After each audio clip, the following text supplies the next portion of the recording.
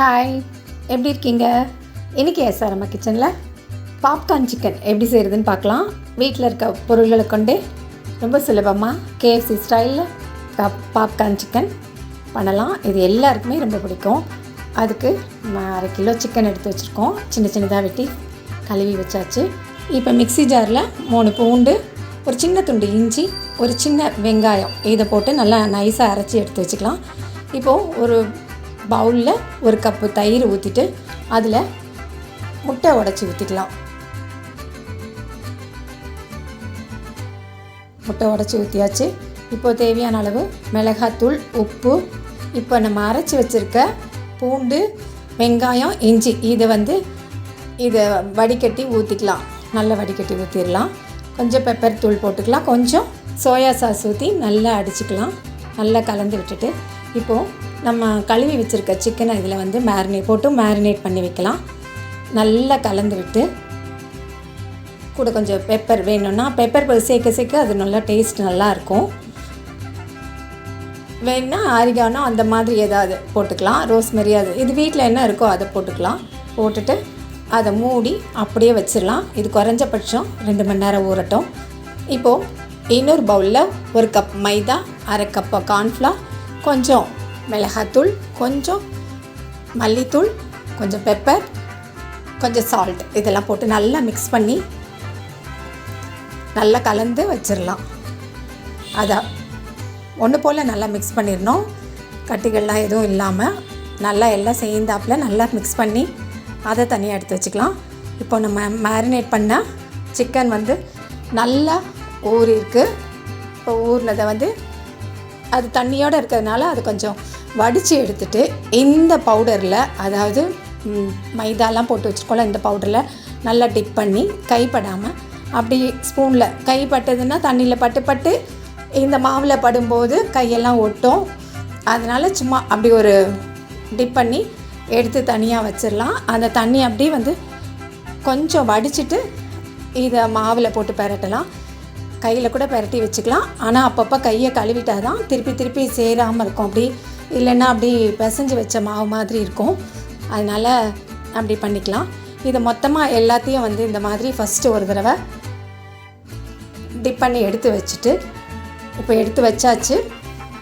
இப்போ அந்த தண்ணி இருக்கும்ல, அதை மறுபடியும் ஒரு தடவை ஒரு கோட் பண்ணிடலாம். இப்போ இதை எடுத்துகிட்டு அந்த தண்ணியில் நல்லா கலக்கிட்டு மறுபடியும் இப்போ இந்த பவுடரில் நல்லா பெரட்டி எடுத்து வச்சுக்கலாம் தனித்தனியாக. அதாவது ஒரு தடவை முதல்ல நல்லா நம்ம லேசாக அப்படி கோட் பண்ணியாச்சு.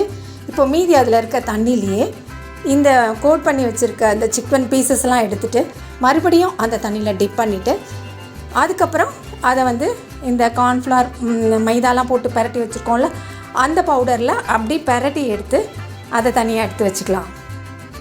அதே மாதிரி எல்லாத்தையும் எடுத்து வச்சுக்கலாம். கைப்படாமல் இருந்ததுன்னா நம்மளுக்கு அது ஈஸியாக இருக்கும். இந்த மாதிரி கையில் இது எடுத்து போட்டுட்டு ஸ்பூனில் இந்த மாதிரி பெரட்டிட்டு இப்படி எடுத்து வச்சுக்கிட்டா நம்மளுக்கு ஈஸியாக வந்துடும், கஷ்டம் இருக்காது. இப்போ இதே மாதிரி எல்லாத்தையும் நம்ம செஞ்சு வச்சுக்கலாம். அதுக்கப்புறம் தான் பொரிக்கணும். இப்படி செய்யும்போது நல்லா அது நல்லா ரொம்பவே டேஸ்ட்டாக இருக்கும். டபுள் கோட் பண்ணிடணும்.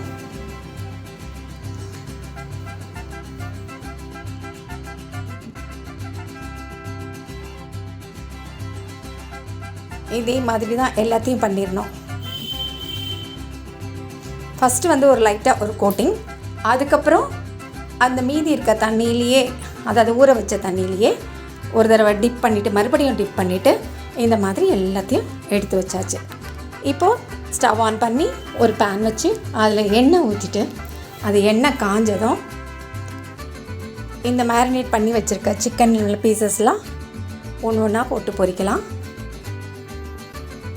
மீடியம் ஃப்ளேமில் இருக்கட்டும், ரொம்ப ஹையில் வைக்க வேண்டாம்.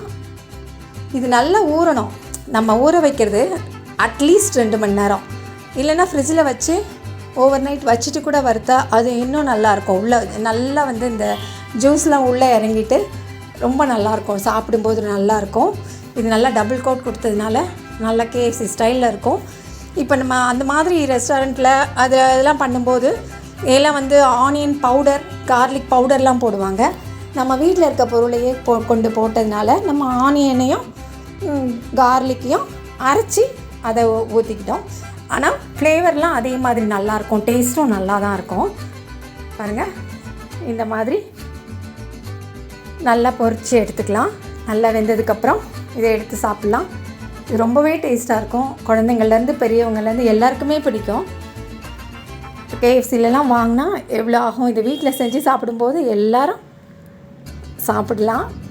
கண்டிப்பாக நல்லா டேஸ்ட்டாக இருக்கும். அது ஒரு தடவை செஞ்சு பார்த்தீங்கன்னா தெரியும்.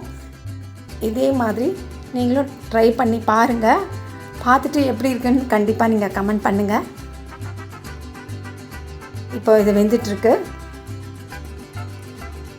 இனி எஸ்ஆர்எம்மா கிச்சனை சப்ஸ்கிரைப் பண்ணாதவங்க சப்ஸ்கிரைப் பண்ணி பாருங்கள். கமெண்ட் பண்ண மறந்துடாதீங்க. இது இன்னும் வெந்துட்டுருக்கு. அதாவது நம்ம ஹை ஃப்ளேமில் வச்சுருந்தா அப்படி மொறுன்னு மேலே வெந்துட்டு அப்புறம் கீழே வேகாமல் இருக்கும். அதனால தான் கொஞ்சம் மீடியம் ஃப்ளேம்லேயே வச்சு வறுக்கிறது. இப்போ வந்து நல்லா வறுபட்டுருச்சு. இந்த ஸ்டேஜில் நம்ம எடுத்து சர்வ் பண்ண வேண்டியது தான். பாருங்கள், நான் எடுக்கும்போதே எங்கள் வீட்டில் தட்டில் எல்லாம் காலி ஆயிடுச்சு. இந்த மாதிரி ஒன்று எடுக்கிறதுக்குள்ளேயுமே எல்லாருக்குமே ரொம்ப பிடிக்கும். பாருங்கள், ரெடி. நீங்களும் பார்த்துட்டு எப்படி இருக்குன்னு சொல்லுங்கள். பிடிச்சதுன்னா லைக் பண்ணுங்கள், கமெண்ட் பண்ணுங்கள், ஷேர் பண்ணுங்கள். எஸ்ஆர்எம்மா கிச்சனை சப்ஸ்கிரைப் பண்ணிவிடுங்க. மீண்டும் சந்திப்போம். நன்றி, வணக்கம்.